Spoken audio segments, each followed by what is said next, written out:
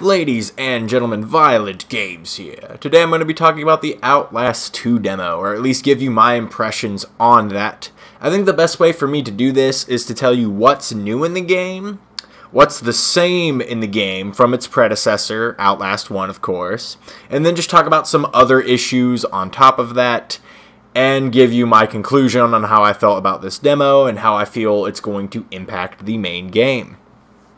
So without further ado, I'd like to get started on this. Actually, first, let me give you a little bit of a premise about me. I love horror games. You would definitely not have known this unless you knew me in real life. I know on my channel I don't think I've ever expressed that I love horror games, especially because I usually just cover Overwatch, but hey, this is kind of something new for me. I just wanted to give you guys a little bit of a demo impression, and yeah, kind of introduce you to another part of gaming and me as a whole. So let's start the subject matter at hand. What's new in the Outlast 2 demo? Well, first up, we have a sprinting and stamina mechanic. Basically, a new mechanic within the game is that you have a button that allows you to sprint for a certain duration of time. The sprint itself starts off slow, but eventually builds up into a faster sprint. I didn't initially know this, but the first time I played through, because I never really got to the sprint portion, because there's a lot of things that either get in your way, or there's a cornfield that actually stopped me from doing it the first time, but you can actually sprint relatively fast. I think this is a good mechanic. It adds more to the gameplay of Outlast, which if you didn't know already is just run and hide. That's literally all you can do. So they added a little more mechanics to the running ability. There are some problems with this mechanic though. There is a huge fucking flaw that I really hope that they fix, but I understand why they wouldn't. I guess it's because it's unimmersive to do so because of the style of the game. But the problem with this sprinting mechanic is that you can't toggle it on and off, and it has a duration that if you go through all of your stamina at once during the sprint, then your character will slow to a crawl for a couple of seconds. This could leave you butt fucking naked after an engagement. Like, say you sprinted too much, and oh, I ran out of stamina, now I'm fucked because I have that crawl speed and all the enemies are catching up to me. Things of that nature.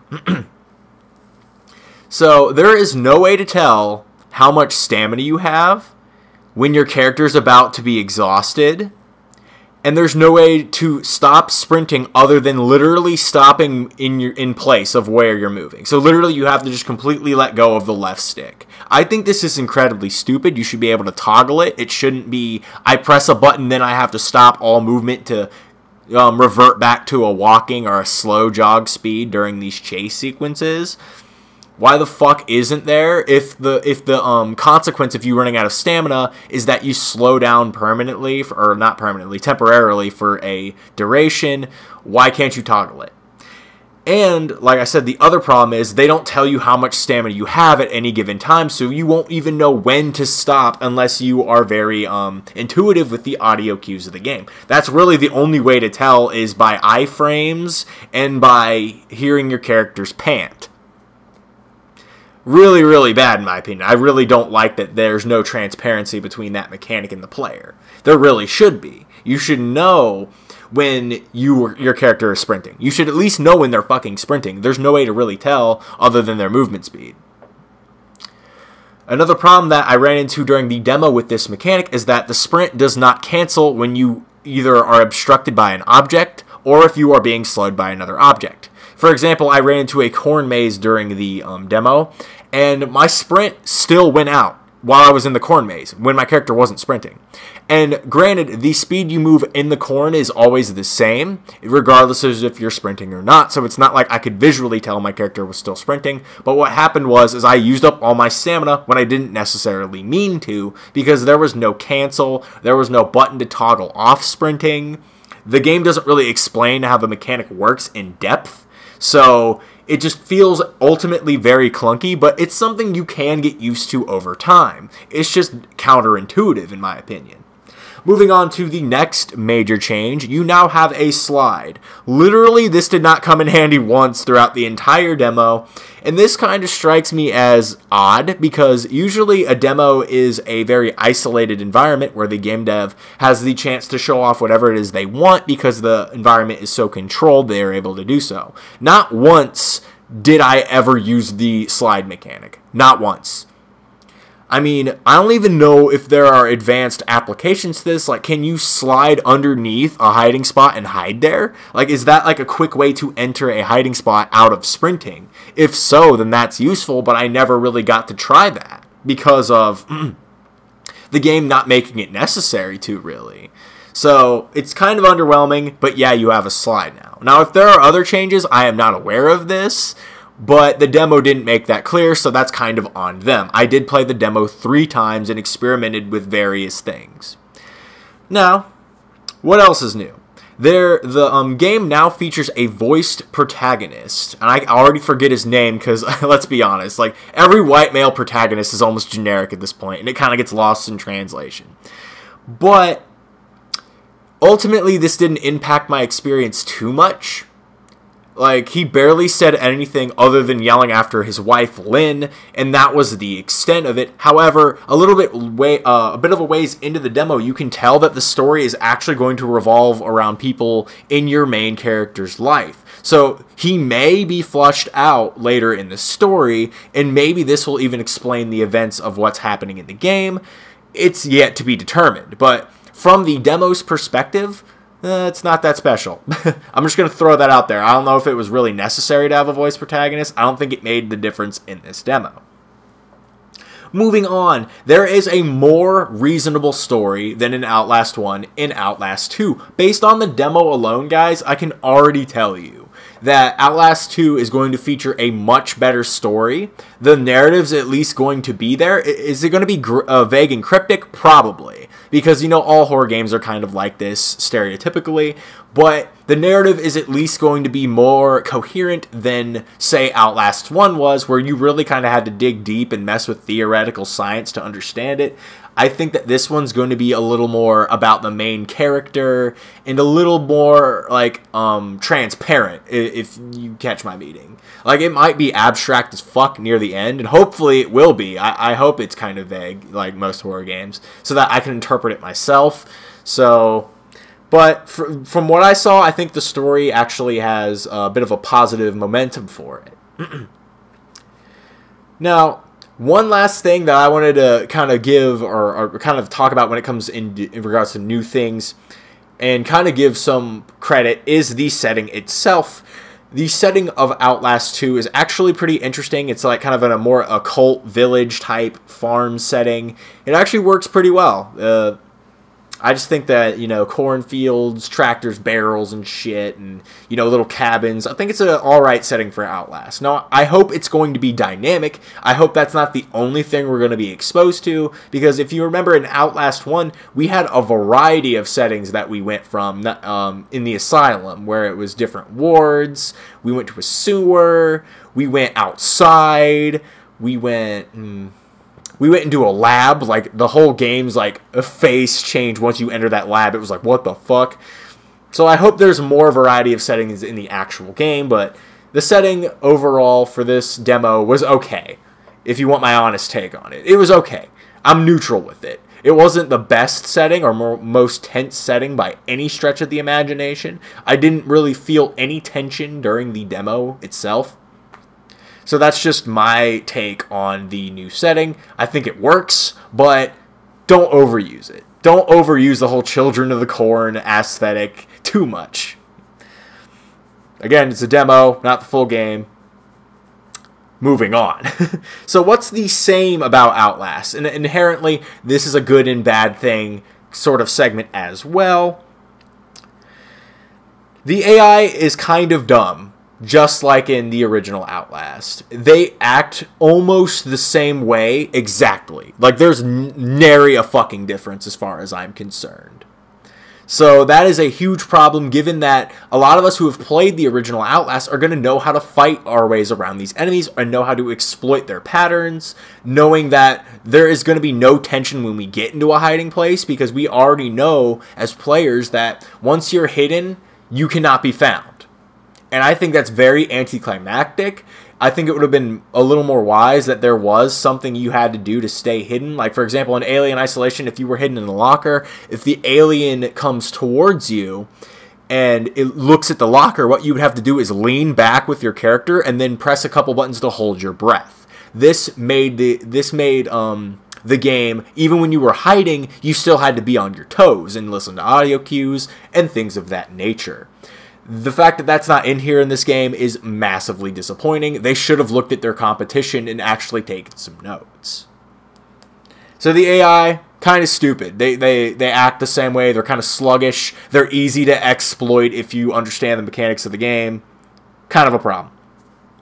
Now, one thing that remained the same, but I don't think is a problem, is the graphics and visuals of the game. Basically, the game features a 1080p 60 frames per second on this Unreal Engine. The game runs flawlessly. It runs at a good frame rate. I think it's like 50 or 60. I honestly can't eyeball it from here, but it runs well. We can just say that much. And the visuals themselves are very high resolution, and it runs pretty fine on the consoles. So how can you complain about these? These are all good things. Game runs well, looks well, you know, they do blood and gore just fine, you know, no problems here. I think the game's pretty good looking. Gameplay. Gameplay is legitimately the same. Yes, there are those new mechanics that I mentioned earlier, but ultimately, are you going to feel like you're playing a new game when you're playing Outlast 2? The answer is no.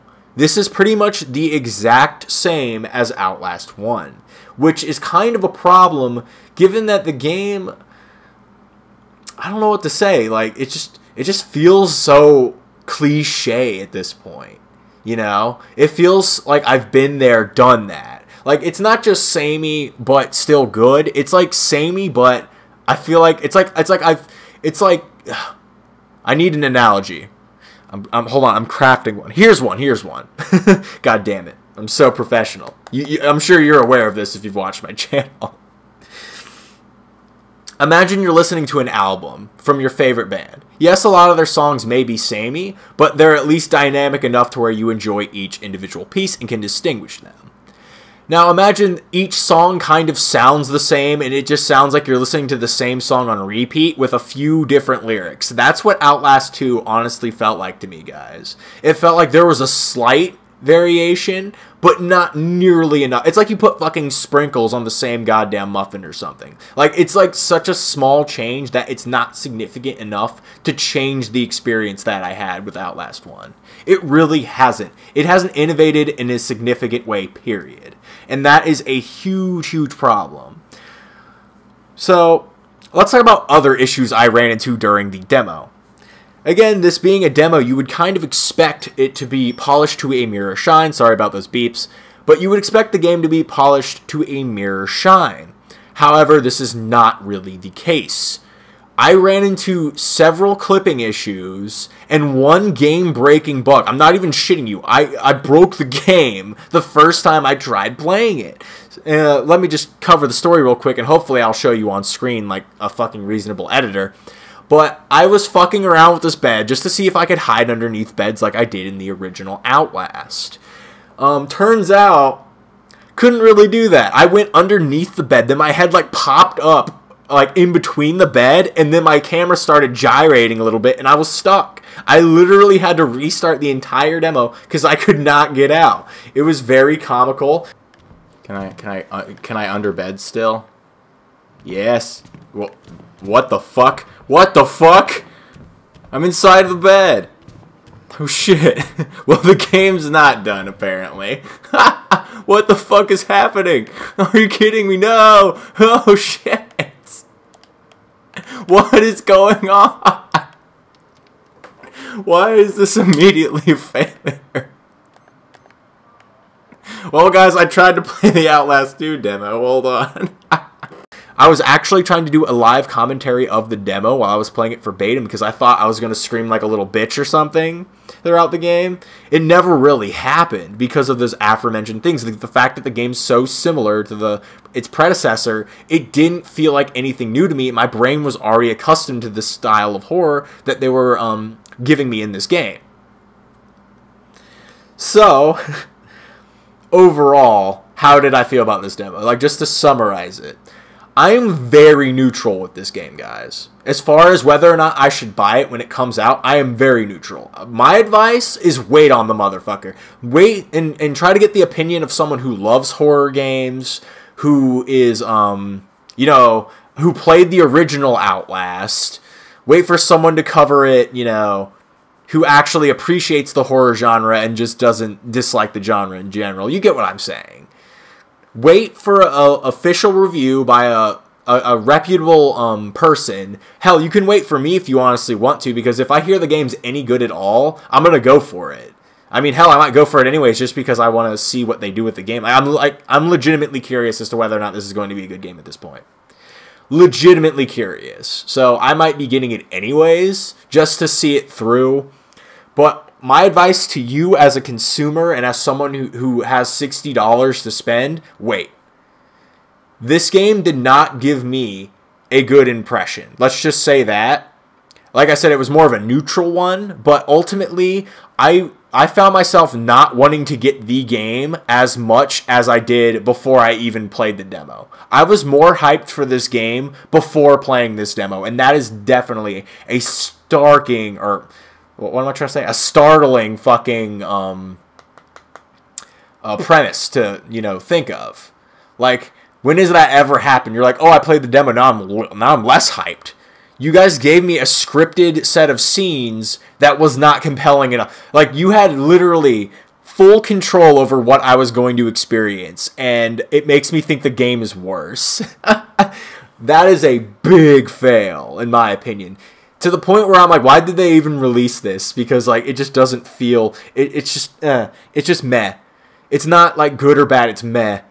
And I guess that's my conclusion on the Outlast 2 demo, guys. Let me know if you want me to do more impression videos or just more gameplay videos in general, because I do like to play other games as well. Thank you for watching if you did. So yeah, don't buy Outlast 2 when it comes out. Just wait. Just wait a little bit. Anyways, guys, piss out, you motherfuckers. This is Violent Games. Send